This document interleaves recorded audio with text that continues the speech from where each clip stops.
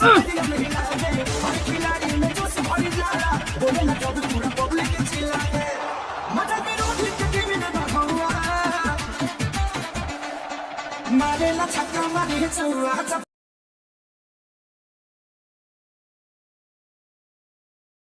भाई लोग केसारी लाल यादव के ठुमके पे झूम चुका है लखनऊ।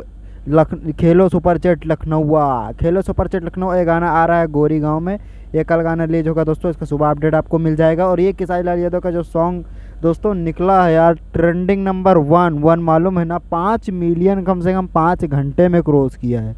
तो दोस्तों ये वीडियो आप लोग को अच्छा ही लगा होगा तो चैनल को सब्सक्राइब जरूर करना दोस्तों। आप लोग सब्सक्राइब बहुत कम करते हो और चैनल में बन तो जाते हो दोस्तों, वीडियो देखते हो अच्छी बात, चैनल को सब्सक्राइब नहीं करते दोस्तों। चैनल को सब्सक्राइब जरूर करना आपसे केसारी लाल रिलेटेड वीडियो पाने के लिए। केसारी लाल का बहुत लाजवाब ही सॉन्ग वो रिलीज हुआ था, अभी कल भी एक गाना आने वाला है, उस गाने के बारे में अगले वीडियो में बताऊंगा। तब तक इस वीडियो में आप लोग को केसारी लाल का ठुमके के बारे में बात करेंगे, जो ठुमका लग रहा है। थैंक यू दोस्तों, आप